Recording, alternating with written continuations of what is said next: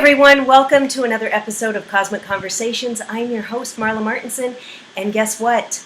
I'm here with Shaheen Miro. Hey, Shaheen. Hi, so good to be here. Yes, and you guys, I have interviewed Shaheen before when we talked about his amazing Lunar Nomad Oracle deck. But guess what? Now he's got a book out with the amazing Theresa Reed called Tarot for Troubled Times. And we are seemingly to be in troubled times, and I love how Shaheen and Theresa are mixing tarot with it. So tell us how you came up with this idea with Theresa and wrote this amazing magical book. Yes, so Theresa and I befriended each other we befriended each other online, but then at a book signing here in Cincinnati, we had started chatting, and we were talking about the way that things are going in the world, the uncertainty, the struggles that people are facing, and we started talking about how many of our clients were feeling like they didn't know what to do, which I think a lot of us can relate to that, not knowing what to do. You know, are we doing enough? Mm-hmm. Should I focus on me? Should I focus on bigger issues? And so we started brainstorming, what can we do? We felt like we should collaborate on something. And so we turned this idea into a workshop called Tarot for Troubled Times. And so that was an online workshop, and it was in two parts. The first part was about going inward, focusing on the self, mm-hmm. and the second part was about going outward and looking at the world at large and how you can affect change in society, in the government, in your social circle. So then that turned into a book. Wiser, who is the publisher of the Lunar Nomad Oracle, was very interested in the workshop becoming a book, and so they approached us, and we decided that was a great idea because there were so many things that we wanted to talk about that you can't really fit into a two weekend workshop. So, or just a traditional tarot book. This has right. Extra, and it also has each tarot card with a little description of what it is and reversed, and then the archetypes and all of that. So for people who are not familiar with you, I know your story that when you were very small, you started in all this mystical stuff. Just give us a nutshell of who Shaheen is. Yeah, so I began doing readings as a little kid. My mom started teaching me tarot when I was about 5 or 6, and it was her way of helping me use my psychic abilities. I had all of these very scary sometimes and very interesting psychic experiences. I would see things, I would feel things, I would have premonitions. And so my mom started laying out the cards, and she would say, well, what story do you see? And what this did for me was it gave me a language to work with my intuition and to work with my abilities, and it also allowed me to shift in and out of that space, because if you're a sensitive person, whether you consider yourself psychic or intuitive or just sensitive, mm-hmm. You don't want to walk through the world like that. Right. You don't want to walk through the world open to everything. So when you have a tool like tarot or an oracle, like the Lunar Nomad Oracle, or anything, any form of divination, it allows you to go in and out of that space. And so that was really my introduction to tarot and working with the psychic world. And, then I sort of turned into my career with writing and creating artwork and really just being in that dream space. It's amazing because you just, you've never done anything else. You went right into your career as giving readings and helping people. Where was your first, first I have so many questions. So your mother, was she already a tarot reader? Was she psychic or into this, or what? So my mom is very psychic. I come from a family of very intuitive people, and a very big family with lots of strong women in it. So there's very much a matriarchal energy there. Yeah. And so my mother had been interested in tarot. She had been interested in different religions. And my father's from the Middle East. And so there was always this blending of cultures and traditions and perspectives in my household. And so my mom had already been working with tarot, and that was something that she knew would work really well for me. So she started having me, look at them and tell this story. And we did so many other things from, I always tell people we would go out during the full moon and light candles and make wishes. My parents would take me to Native American powwows. I remember being a little kid, even before tarot, we would sit and drink Turkish coffee, my father and my mother's friends, and we would read the coffee grounds that were left over. And so I was always just in that space. And my mom's an artist as well. She paints and she draws and she sews and does a lot of creative things. And so I think I grew up in an environment where I realized that there didn't have to be a separation between the psychic, the intuitive, the inner world, and the outer. And so really I think my quest in life is to create a bridge between the two, not only for myself but for other people. And growing up and growing up in Cincinnati, Ohio, that's where you grew up, right?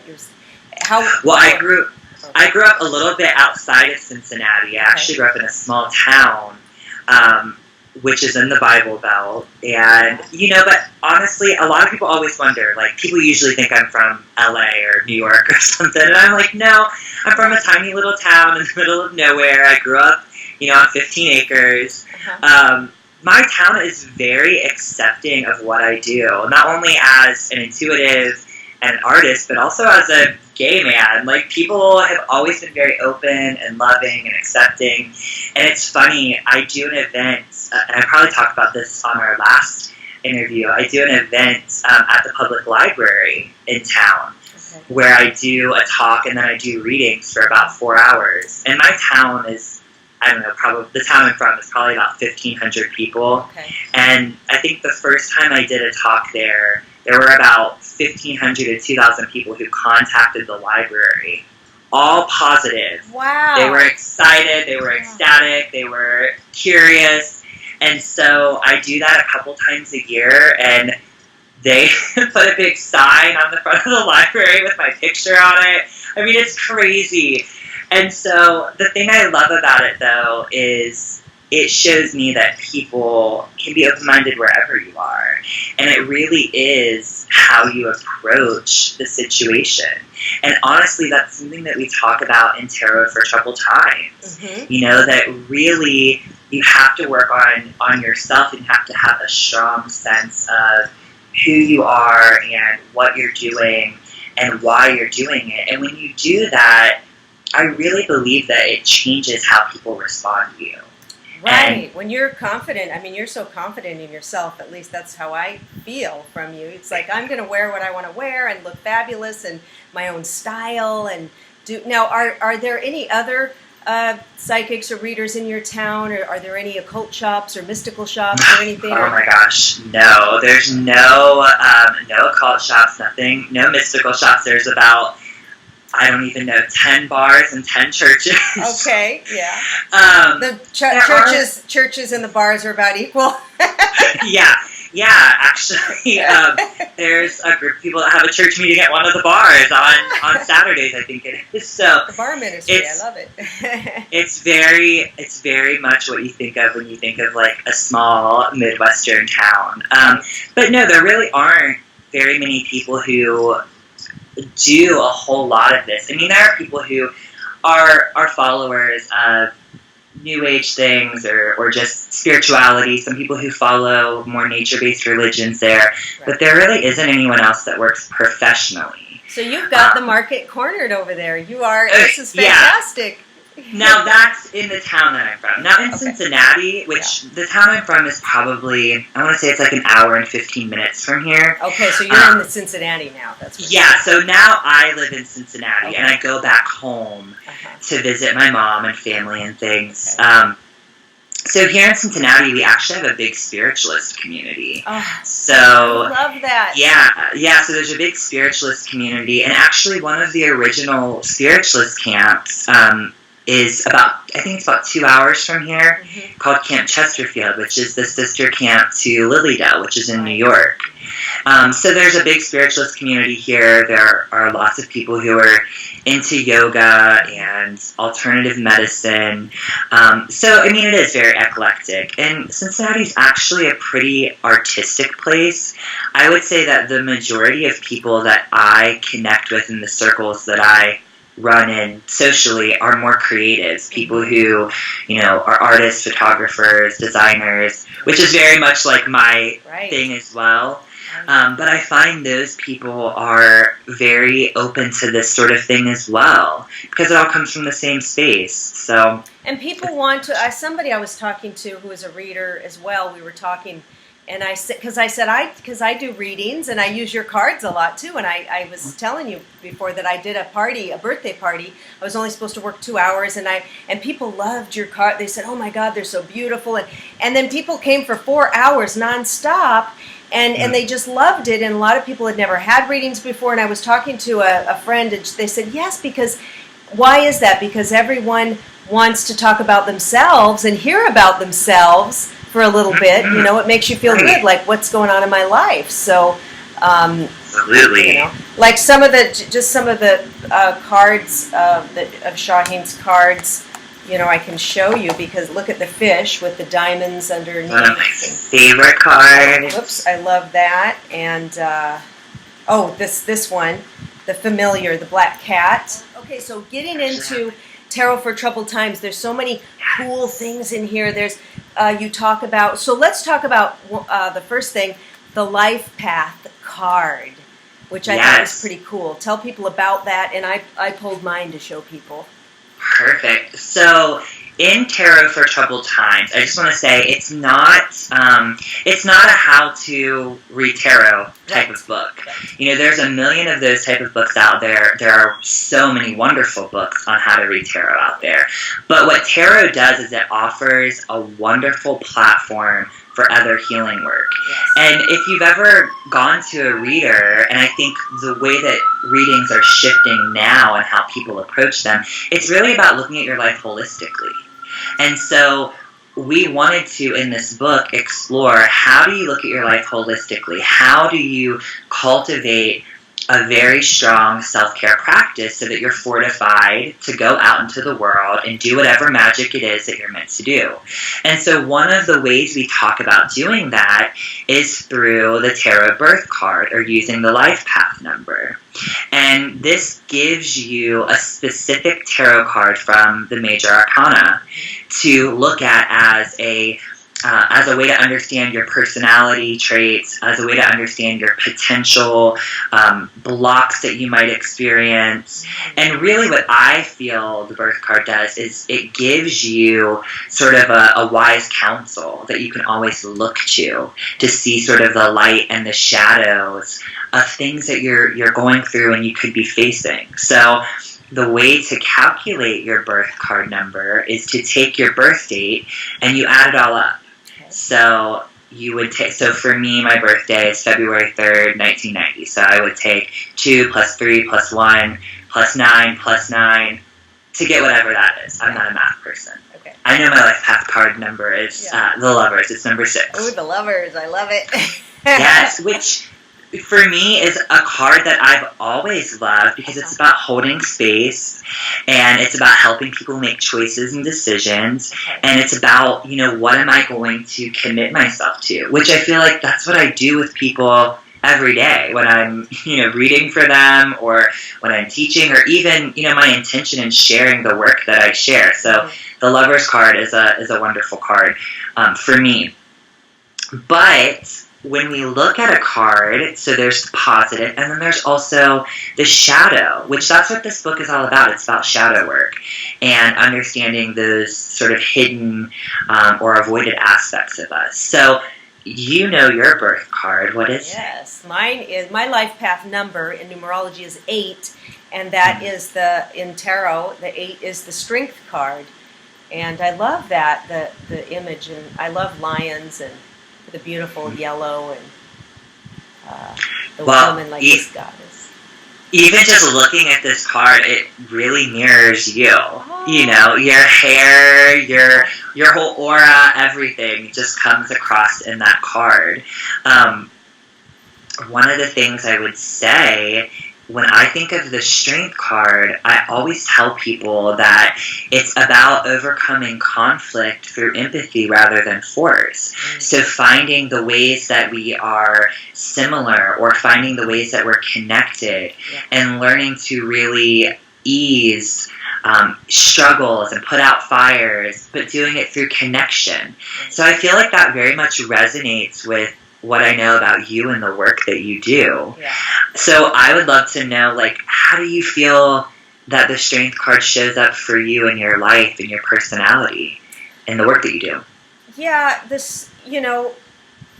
I became an entrepreneur when I was 47 years old. So I never dreamed I would own my own business. I was always afraid.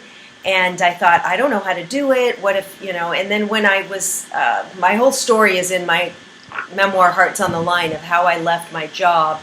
And during the recession, I couldn't find another job and stuff. So I was thrown into starting my own business. And I just said, I'm going to do it. And I was scared, but it took strength. It took strength because I thought my ex-boss would be angry and retaliate. I thought, well, how if I take on some clients, what if they're angry and yell at me? I can't just pass them off to the boss. I have to deal with it. So it took strength. And then even now, September 14th is going to be my 10-year anniversary of quitting that job and then ended up going on my own. So I'm like doing a lot of stuff around that celebration and talking about that for people who are afraid to step out into their own. So it took, so that 10 years, so in this 10 years, I deal with the high level clients, the men that with a lot of money and they want what they want. And I've had guys yell at me, threaten me, hang up on me, sue me. The girl wasn't hot enough, this and that. So I have many wonderful clients too, but imagine there's always a few that, You're stepping into the lion's den. The shadow side. I'm stepping into the lion's den. So, and then I have to I used to cry, Shaheen, sometimes I would pick up, I'd pick up the phone 10, 15 years ago, they'd start yelling and I'd start crying. And now I'm into I'm older now, too, and more life experience and strength, and so I've had to use that strength in my business that way, to not let it shake me, to handle it properly, my reactions, not yell at them back, okay, let's talk about this. Which is such a element of the Strength card, not reacting to things, but really learning to respond.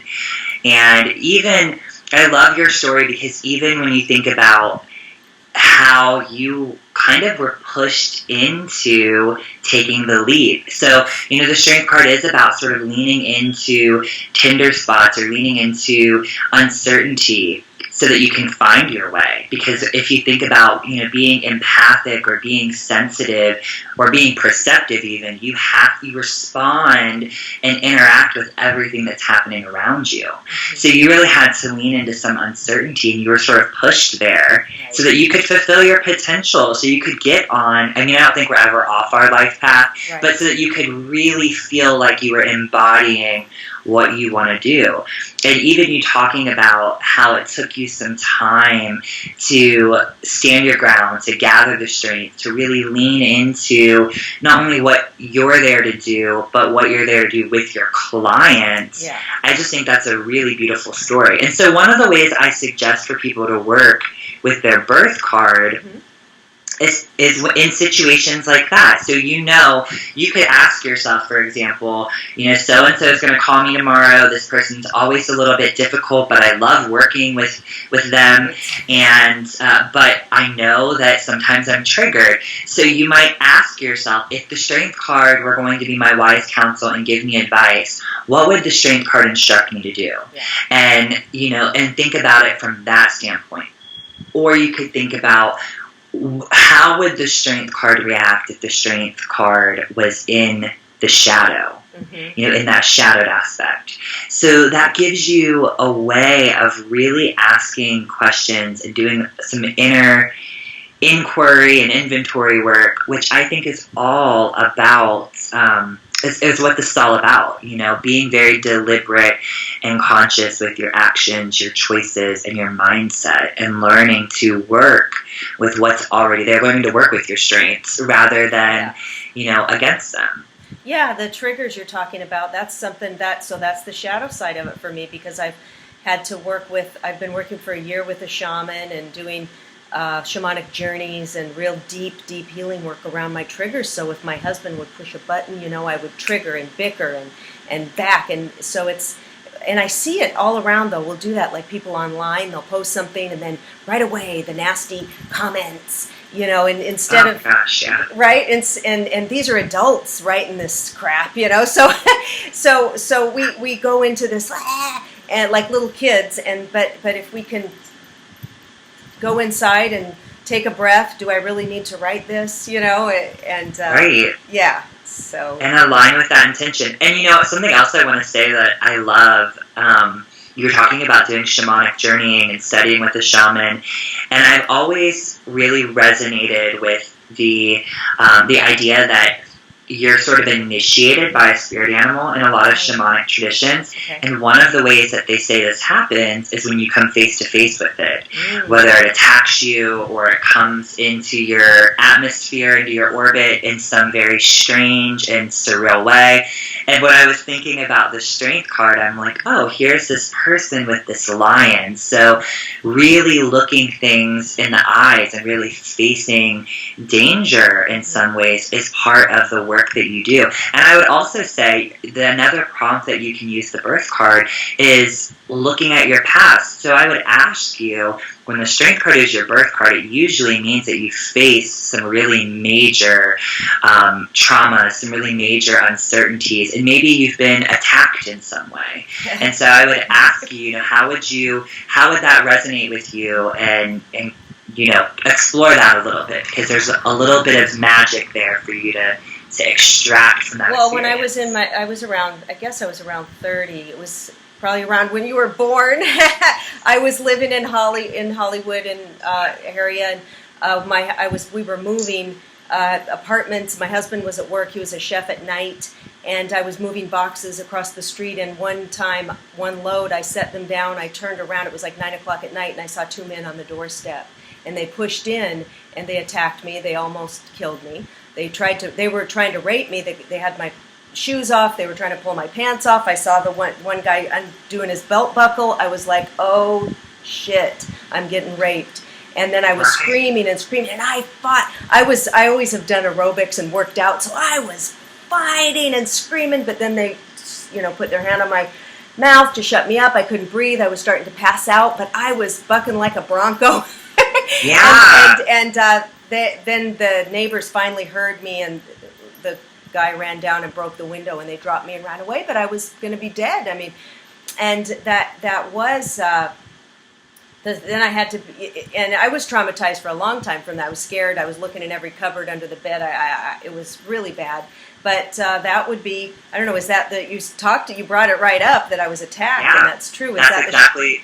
the shadow side, or is that the something? So I think here's how I feel that works together, and I think this is a good thing to just sort of talk about so people understand it more. When we talk about the shadow and we talk about the positive or the light aspects of a card or of ourselves, we're not really making a distinction between good and bad. Right. Okay. You know, so the shadow is not something that we want to avoid. In fact, that's what makes the shadow grow. And it's not something that we want to heal and get rid of. Right. It's something that we want to develop a relationship with it. And so your experience obviously was a shadow experience, and it was very negative. But what you do with that determines whether it becomes an actual part of your shadow, or if it becomes part of the positive or the light or the empowered piece of your life. So, and very similar to you, I was a victim of domestic violence, and I won't go into my whole story. But one of the things that I've realized in talking to people about, you know, going through something like that is people will usually say, if you're stable and well and doing good in life, they're like, oh, well, you don't seem like someone who went through that. Yeah.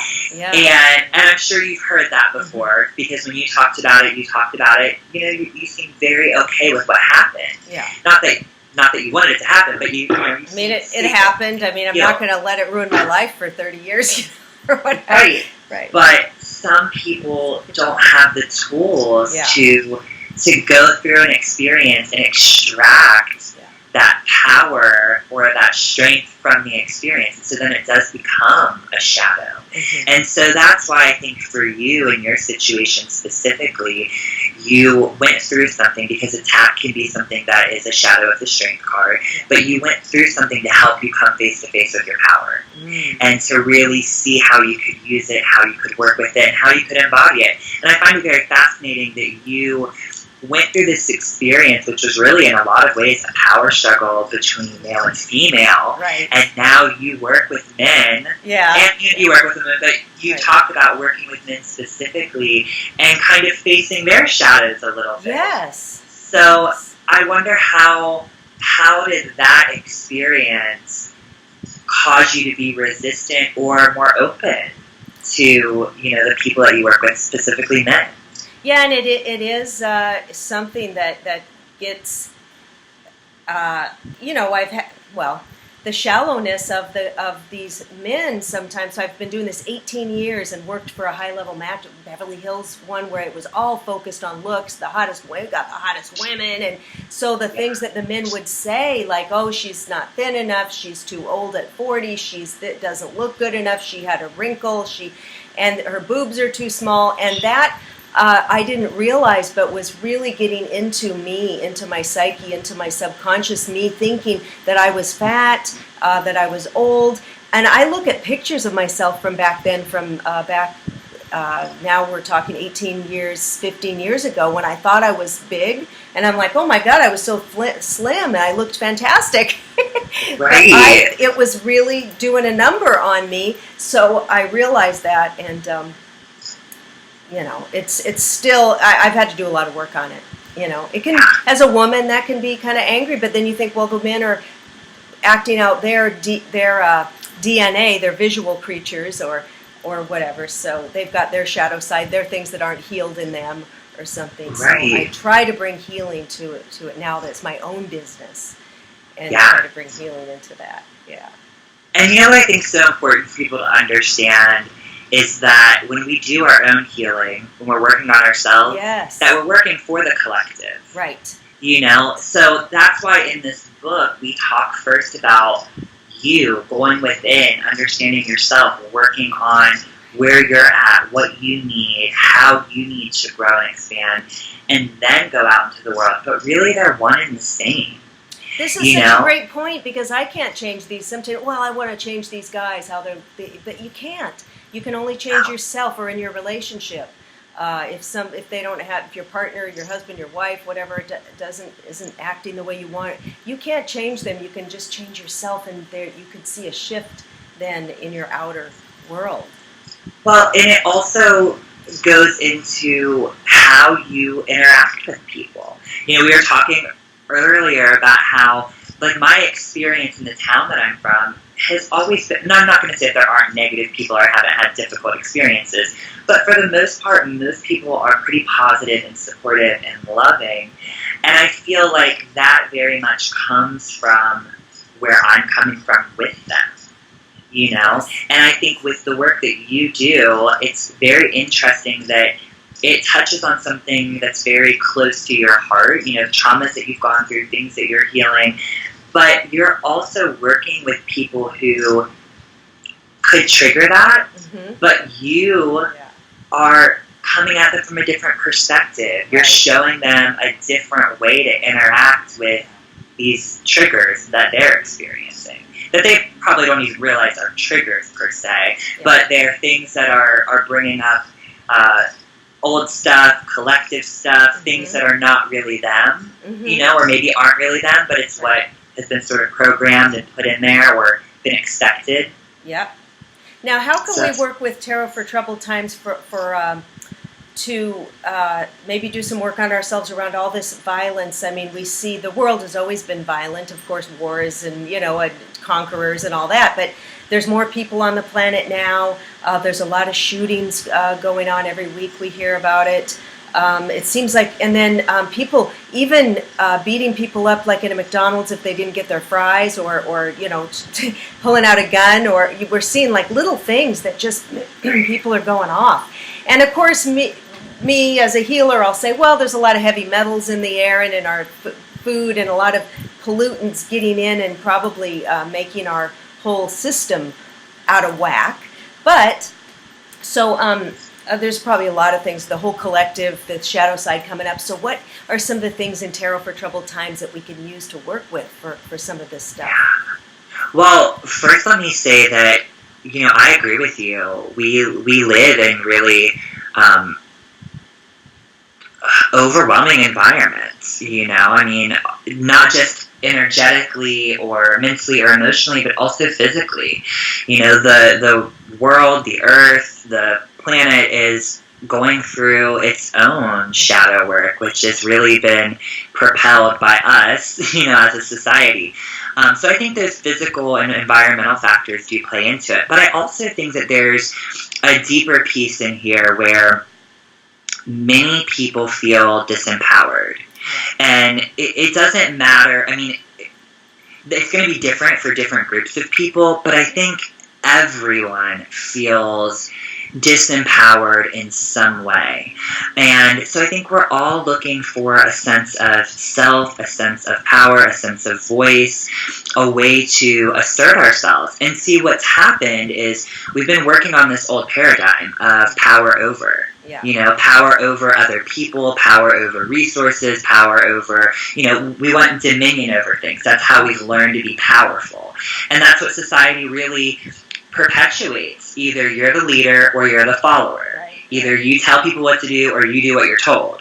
And unfortunately, in that construct, there's more people who are, being told what to do than who are doing the telling. Even in social media, it's like, how many followers do you have?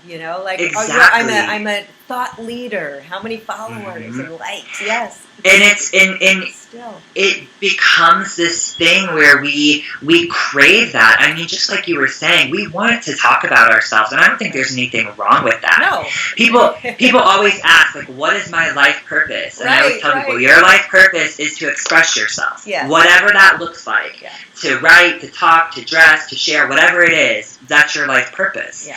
And so when we work with that knowledge, that knowing of, okay, I want to use my voice, I want to show up in the world as myself, yes, then we feel empowered. And it's not a power over, it's a power from within. We realize that we can all be just as powerful. I always say, I'm the guest of honor and so is everybody else. Yeah. It's like we're all here for a reason. We're all divine. We're all able to, have a place at the table. And so in Tarot for Troubled Times, the first thing is working with that birth card. I mean, that will give you so much information. I love that. The more you work with that birth card, the more you lean into that, the more you think about how is this helping me show up, or how is this playing out in my life, the more aware you become. Mm-hmm. And so I think the big part of the book is really about making deliberate choices and understanding that you have the power to make a choice. You get to make a choice in every moment, how you respond, how you react, how you give your energy to something. And for most people, they don't feel that way because they've never been encouraged to respond. We live in a very reactionary world. Mm-hmm. And so in the book, we have lots of journal prompts because I think journaling or just asking questions is essential for people to have this understanding of self. One of my favorite exercises is to just ask yourself, how do I feel right now? How do I feel in this moment? And what am I feeling? Am I feeling a sensation in my body? Am I feeling, can I give a description of the texture of the air around me? or the interaction between me and this other person. And by doing that, you bring awareness to the moment. You bring awareness to your thoughts and your feelings, and then okay, this is where I'm at. This is the point on the map that I'm at, and I need to know this coordinate in order for me to take a step in any other direction. And so asking questions, I always say, summons the answer. So there's lots of journal prompts. Yeah. Another thing that I find really helpful, and I know resonates with a lot of people in the book, is talking about energetic cords and psychic vampires. I'm really into that, clearing those cords. Yeah. And so what I tell people, the way that I always set up this conversation, because I do think it's very helpful for people, is first by explaining to people that we all are telling an energetic story. Yeah. We're all telling an energetic story, and it is the accumulation or the amalgamation of our thoughts, our feelings, and our beliefs about the world and how it responds to us. So if you really think about that for a minute, if you think about how your life is this narrative that is being run from or told from that perspective of what you think, what you feel, and what you believe, then you start to get a clearer picture as to why certain people go through certain experiences, and especially chronic cycles or chronic experiences. So looking at that idea, the energetic story, then we also factor in, the people that are around us. And so energetic cords are an everyday thing. I mean, energetic cords are how we communicate. So you and I have an energetic cord right now. We're connecting now with a cord. Developed. My cat, my big fat black cat that you can't see but is laying over here, we have an energetic cord because first we communicate energetically. Yes. Because our energy, our energetic story is what is pulling and pushing experiences in. And so in order for us to work with that energy or communicate with that energy, we have to actually plug into it.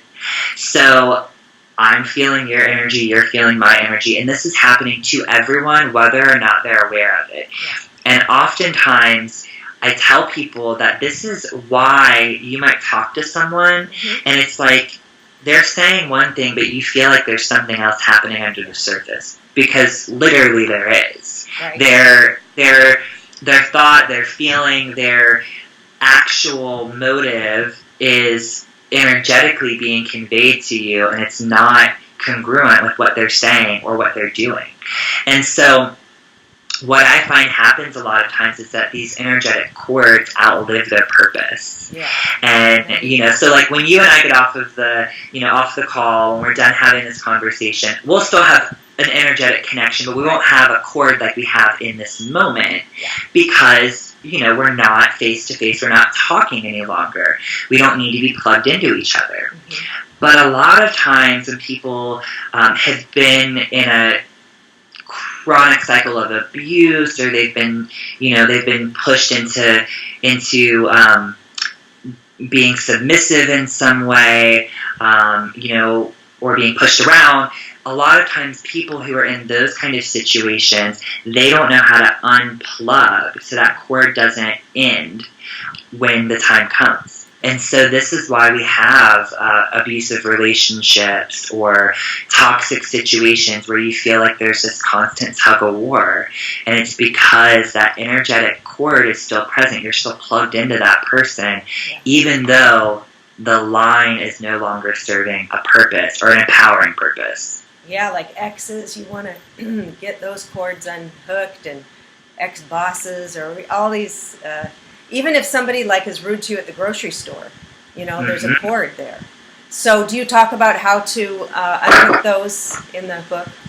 Yeah, so in the book we talk about different practices for, one, identifying and understanding the cords, and then also, unplugging yourself from them and disconnecting and clearing the energy. And so we go through all sorts of different practices from, burning the sage and botanicals to saltwater baths. There's a wonderful ritual that's all about using lemon and going through this ceremony of cutting the lemon and clearing those cords and clearing negative energetic attachments. And the reason why we like to focus on ceremony in this book is because ceremony allows us to engage all of our parts. I call it the power of agreement. Where our body, our mind, our emotions, and our spirit are all working together. I mean, just think about how many clients you've probably worked with who tell you they want one thing, and then every action they're taking is actually saying something completely different. And so they're plugged into this old idea. They might even be plugged into an ex in your situation where they're saying, I want this kind of partner. And either they're reacting to their ex-partner or they're trying to recreate that person. So they're still plugged in some way, trying to get that energetic fix. And they don't see it because they're not completely congruent with what they're thinking, what they're feeling, what they're wanting, what they're doing. But when we work with ceremony and we work with this inner inquiry work that we do in the book, it helps you understand, okay, I'm intending to clear this. I'm intending to look at this. I'm intending to move on from this. And so that's why I love ceremony. And a great example, I think, of that is a lot of times I'll be interviewing a woman, because I interview everybody who's in my database, and I'll say to the woman, oh, well, what's the highest age that you will meet? And then she'll say, a lot of times they say, well, my last boyfriend was 50, so I think I'll go to 50. It's like, it's always, well, my last, they bring that up. And then I had a man who is in his 70s now, 73 or 74, youthful, handsome, successful, all of that. But he would wanted to date in the 40s. And I said, look, you're now 73. I think we should up the age range for you, because a lot of women in the 40s, they don't want to go that high. Well, but that's the age. Oh, but I always have dated women in the 40s. So yeah, but that was 20 years ago. Right. So it's like, unfortunately, in that time, it's like you're aging it's like, well, the men often think, well, even though I could be 80, but I'm not aging, but the women are, so I'm not going to date a woman that's over 50. Right. Like, just think about all of the texture and the nuances of that. There's so much there to explore and unpack and work with and heal and release. And obviously, someone in that situation probably isn't going to take all of the tools and techniques that we're talking about in this book. But you, as the person who is working with them and holding space for them, can sort of lean into, where are they? What are they doing? And how can I use some of this to help them? And here's one way that I find really helpful, is calculating somebody else's birth card. Oh, yes. And seeing, if you're the strength card and you're, working with them in this way, what is their birth card? And how do you need to communicate with them? How do you need to talk to them? What are the actions or things that would come from their shadow? Looking at that card. And then you can take that another step and look at, okay, well, what about this potential partner? You don't have to tell them you're doing any of this, unless you want to. Right. But it just gives you another way to understand. And then you can look at, okay, well, what are things that would work well for this person? So another thing that we talk about, and this is honestly one of my favorite subjects, and it's touched very briefly in the book, but we talk about the 4 elements. And, in the tarot, there's 5 suits. There's the majors, and then there's the 4 minor arcana cards, or arcana suits, which is cups, wands, swords, and pentacles, or coins. And those correspond to the 4 elements, which are the building blocks of the creative process. And so when you understand those 4 elements, you understand how energy works, how it cycles, and how it develops, how it manifests. So when I think of the strength card, for example, I think of Leo, I think of the sun, I think of fire. Now that card doesn't specifically correspond to one of the minors or one of the 4 elements, but what you can start to look at is, okay, if this energy is more fiery, maybe I need to work with the element of fire. Maybe I need to do, petition burning, which we talk about in the book. Maybe I need to light a candle, which we talk about in the book. Maybe I need to just be in a space of inspiration and just sort of drink in things that are inspiring me for my next steps to move forward. You know, the element of fire is, it's about action, but it's not about making things solid yet. It's about being in that big, beautiful, expansive, experiential space. So you can sort of lean into those elemental pieces to ask yourself, what are some action steps I can take? That is great for your boss, for people you work with, for your romantic partner, for your clients, everything. That is fantastic. I love it. It really gives you a way. Yeah. So Shaheen, before I let you go, because I could talk to you all day, I want to talk about your Lunar Nomad Oracle. You guys, I'll put the link to the interview we did about this before in the comments in the section below. But so Shaheen has this amazing book with all of the cards and the explanations, and it's beautifully written. It's like a little story. It's not just like the description. It goes deeper. You're a really wonderful writer. It's a great book. I just keep reading this over and over. And then the cards, you based it on the Lenormand system. Yeah. So how many cards are here? Yeah, so in the Lenormand deck, there's 36 cards, and in this deck there are 43. So I added additional cards. And the reason why I love Lenormand, or I love that system, is that unlike tarot, it's just, 36 or 43, however many cards are, you choose to have in the deck. It's just that many symbols. There's no hierarchies, there's no majors or minors, there's no distinction between, any kind of hierarchy, other than there are numbers. There's, number 1 through 43. Mm-hmm. But really, it's just 43 different symbols that work together, that interact together. And this is how our intuition works. Mm-hmm. Intuition works through symbolic language, through metaphor. And so I found that the Lenormand system does that really well, even though that's not really how people who traditionally use Lenormand intend for it to work. Yeah, because the Lenormand, I was getting into it, but I thought I can't deal with it right now, because you have to learn, like, this plus this means this. A tree and a key means this, or a mouse and a house means this. And I was like, oh my God. In some ways, it's very analytical. Yeah. And you know what? The reason why it really resonated with me, when I first found the Lenormand, I didn't even know that's what it was. I found an old deck, and it was called a Gypsy Fortune Telling deck. Yeah. And so there was no talk of Lenormand. It wasn't called that. That wasn't, in vogue yet. That wasn't popular yet. But I thought, wow, this is really interesting. I like this. And it reminded me of tea leaf reading and coffee ground reading, which is something I've been doing since I was a little kid. And the reason why I love that process is it's like dream work, or it's like looking at clouds. You just start to see shapes and impressions and symbols, and you start to tell a story. There's no hard, fast rules for any of it.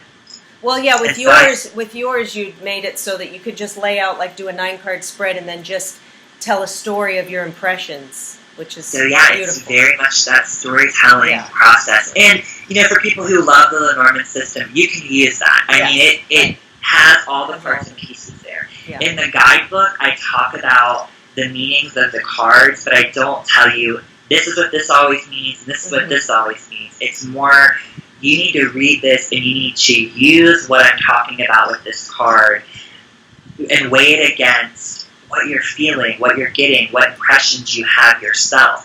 And honestly, one of the things I love about this deck is it tends to bring information out of people that they weren't even aware, was there. Yeah. And sometimes it can be very literal. Sometimes it can be much more introspective.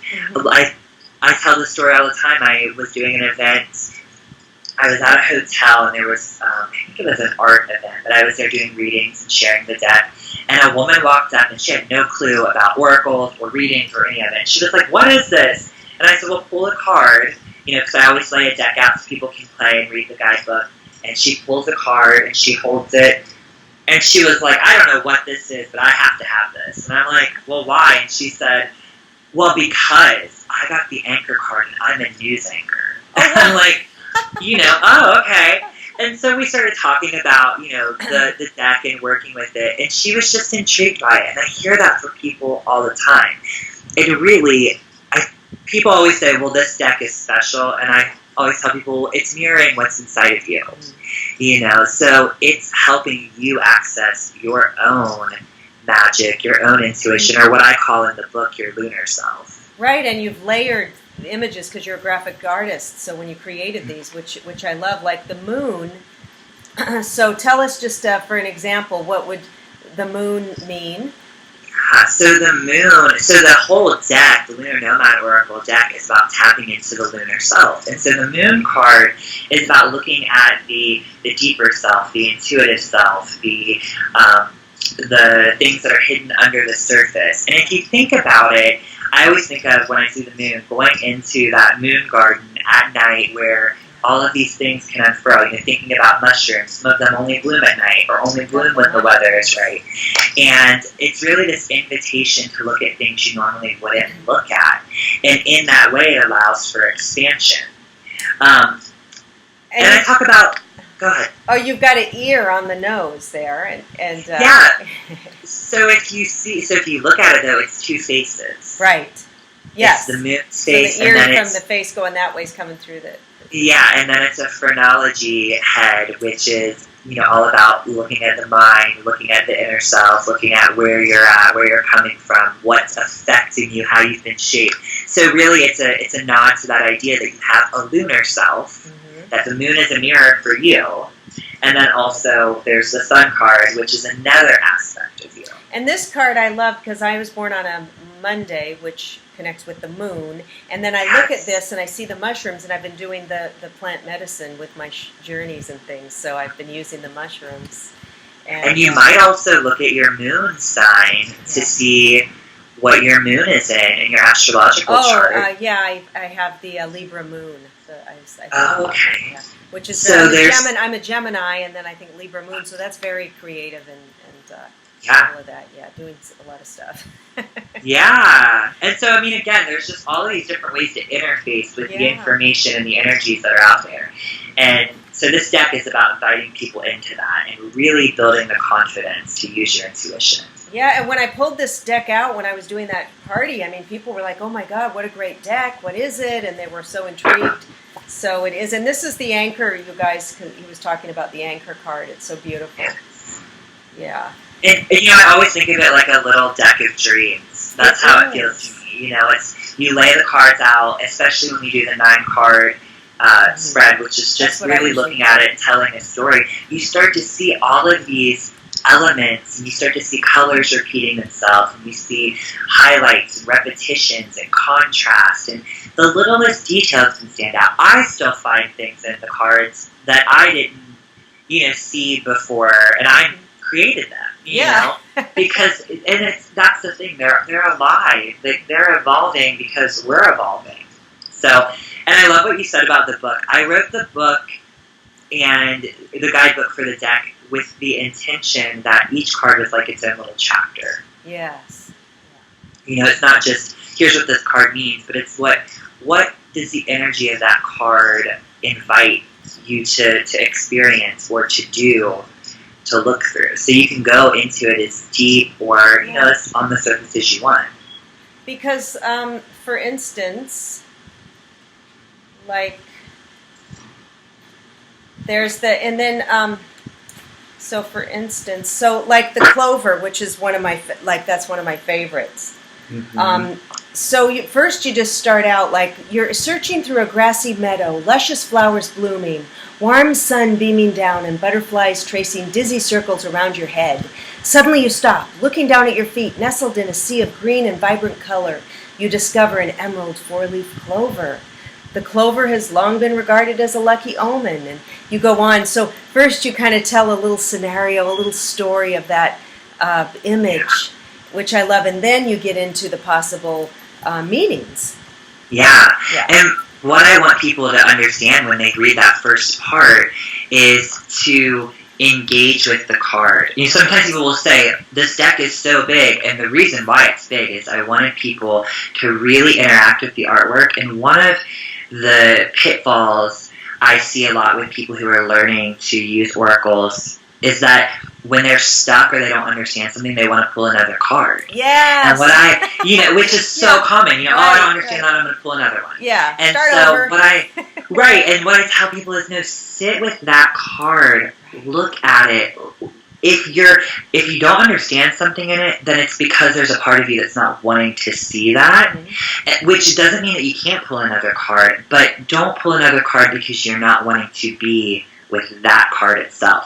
And so I want people to see the whole card coming to life. That was an exercise that my mom would do with me. She would say, okay, well, who is this person in this card? And why are they next to this person? And if you were to go in that card, if you were to go in that image, what would the air feel like?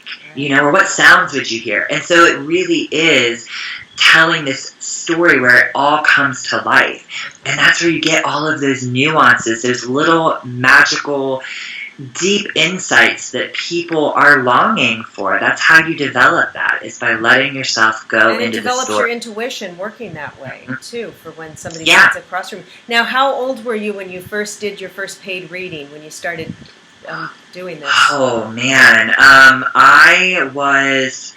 Well, when I was probably in my early teens, I would read for friends, family members, friends of friends, family members. So what started happening is my friends' parents would say, oh, hey, will you come over early and, do a couple readings? Oh, right. I have friends from work who want to get together on a Saturday. And so I started doing that. And it was, very little money, but people started giving me little tips and things. And then I started reading for all of the faculty at my school. Oh, wow. I would have teachers who would say, can you stay after school and, do a couple readings? Or, do you want to do some readings during lunch? And I think it was my senior year, I had a teacher, no, it was my junior year. We were going on a class trip to New York. And I paid for my trip by doing a whole day of readings. My teacher set me up in her office and, made a sign-up list, and I did readings all day. Oh, my gosh. But the first time I started doing big events, I was actually only 13. There's a big event here called the Victory of Lights Holistic Expo. I think it used to be called the Psychic Festival. And I was 13 when I did it, and I called the guy up who runs it, and I said, hey, I want to do readings. And he could tell I was young, and he was like, well, how old are you? And I told him. And he said, well, does your mom know you're calling? And I'm like, yeah. And so I read for him, and a week later he called me and he said, I want you to be in the show.